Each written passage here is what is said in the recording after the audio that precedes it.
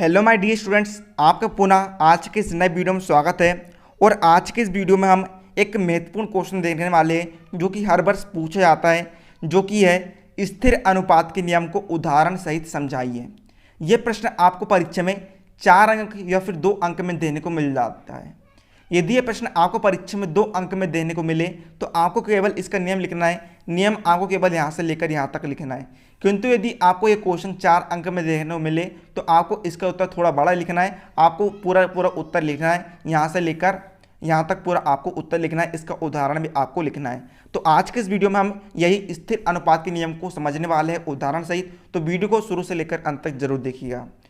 तो देखिएगा, सबसे पहले आप हेडिंग डाल देंगे स्थिर अनुपात या फिर निश्चित अनुपात का नियम।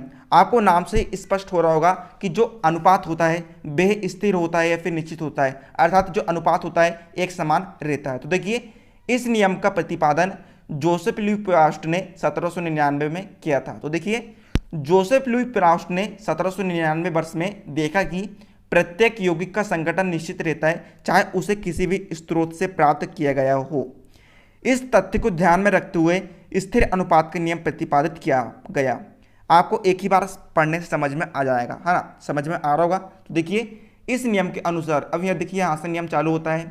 प्रत्येक यौगिक में उसके अवयवी तत्व भार अनुसार सदैव एक निश्चित अनुपात में पाए जाते हैं, चाहे वे यौगिक किसी भी विधि से प्राप्त हो। मान के चलिए एक यौगिक है क्या, जल, है ना। मान के चलिए हम जल भी क्या है, एक यौगिक है। जल हम एक यौगिक लेते हैं, है ना।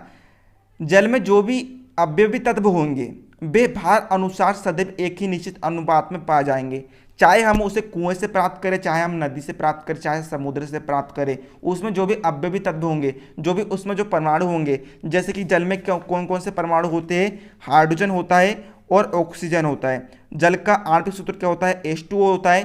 तो इसके जो परमाणु भार है, जल का परमाणु भार कितना होता है, 18 होता है। तो जल का परमाणु भार 18 ही रहेगा, चाहे हम उसे कुएं से प्राप्त करें, चाहे नदी से प्राप्त करें, चाहे किसी भी स्रोत से प्राप्त करें, चाहे हम XYZ स्रोत से प्राप्त करें। जल का परमाणु भार हमेशा 18 ही रहेगा। यही उदाहरण में लिखा है, जल हमें निम्नलिखित स्रोतों से प्राप्त होता है, कुआं, नदी, समुद्र तथा अन्य स्रोतों से। तो जल का जो परमाणु भार 18 है वह एक से ही रहेगा, चाहे हम कुएं से प्राप्त करें, चाहे नदी से प्राप्त करें, चाहे हम नदी से प्राप्त करें। तो इस प्रकार से ये नियम है।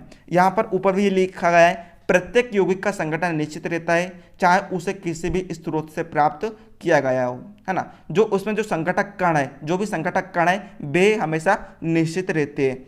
जैसे सोडियम क्लोराइड हो गया, सोडियम क्लोराइड में जो NaCl होता है वे निश्चित ही रहेगा, चाहे हम उसे किसी विधि से प्राप्त कर ले, चाहे हम उसे प्राकृतिक तौर पर प्राप्त करें, चाहे हम उसे प्रयोगशाला में प्राप्त करें। तो इस प्रकार से यही नियम यहाँ पर समाप्त होता है। उम्मीद है आप सभी को समझ में आ गया होगा। यहाँ पर नाम से ही स्पष्ट होता है अनुपात का स्थिर होना। तो मिलते हैं अगली वीडियो, तब तक के लिए जय हिंद, वंदे मातरम।